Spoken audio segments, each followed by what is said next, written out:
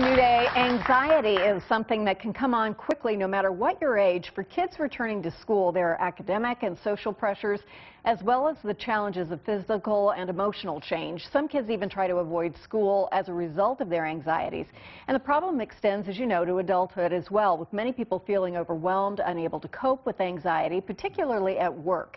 It's a reality that can make people feel very isolated and alone. Dr. Gregory Jantz is the author of Overcoming Anxiety, Worry, and Fear, and he's here with tips on navigating these feelings for both kids and for adults. Yes. Welcome back. Oh, it's good to be with you always.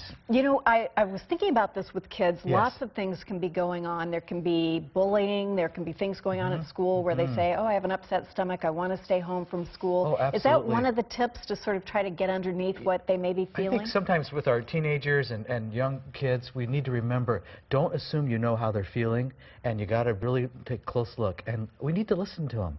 The whole advent of social networking and I'm texting, yes. See, there can be things going on that you don't even know about. Right. You mentioned the bullying behavior. That could be going on.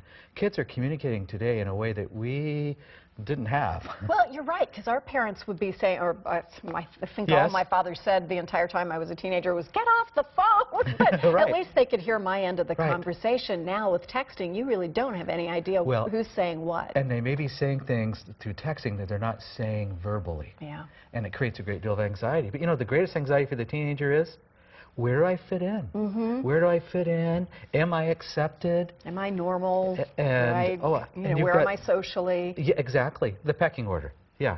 And so that determines a lot of times if the kid wants to get up and face school, what group is he in with his friends, he or she.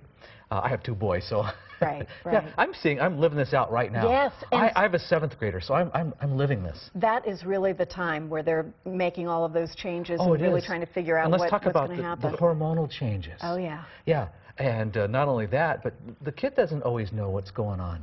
And so... True enough. People will say, my child won't say what he's feeling, and I'm thinking, gosh, I wonder if he even knows what he's feeling or has the right words to describe it. So just in a nutshell, what do we look for to recognize anxiety in children? Well, one of the things I'm going to look for is, are they avoiding things? Are they wanting to obviously avoid school, avoid activities? I'm going to look for who really are they hanging with? Who are their friends? I'm going to look for, and in our case, we have the password to my son's phone. We're going to look at and understand that texting is something that is controlled. And we want to know what's going on. We're going to look for, is there sudden irritability, things that might seem like rebellion? Are they hiding things? Are things changing academically all of a sudden? Okay, so we keep a good eye on all of that. And you know, I also look for how are they looking when they leave home to go to school? Hygiene issues. A lot of times... Well, they are teenagers. They are teenagers. But usually that's important. Yeah. Yeah. But sometimes if there's a sudden change with anxiety, because anxiety can lead to depression. Right. And we need to be alert to that. That is so true of adults as well. Yes. We live in tough economic times. People are doing more for less money generally at work. Yes. So a lot of adults are experiencing anxiety. How do we know when that is an actual problem, something we need to seek help for, as opposed to I'm just frazzled because I have a lot to do? And we need to understand there's a difference. There's times we get frazzled and maybe there's something that happens at work that's stressful. That's really normal. Right. Okay, in the workplace, the number one source, now, yes, people may be worried about their job, losing their job. It could be a real legitimate concern. But the number one anxiety in the workplace is work relationships. It's the hostile work environment. It's the gossiping. It's the things that are being done that are hurtful behind the scenes. At workplace, we see a lot of passive-aggressive behavior. You don't always say to the coworker directly if you're frustrated, and you may route it somewhere else. And we create a real toxic environment in the work environment.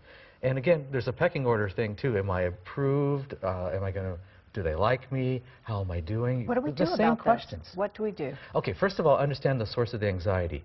Are you bringing anxiety from your home, okay, your outside life, into the workplace? That's different, okay? But at workplace, is it a hostile environment? Is there sexual harassment? Are there things going on that shouldn't be going on that creates a lot of anxiety? Okay, what you got to do is look, how am I coping with this? First of all, I need a person outside of the workplace to help me. I need a reality check.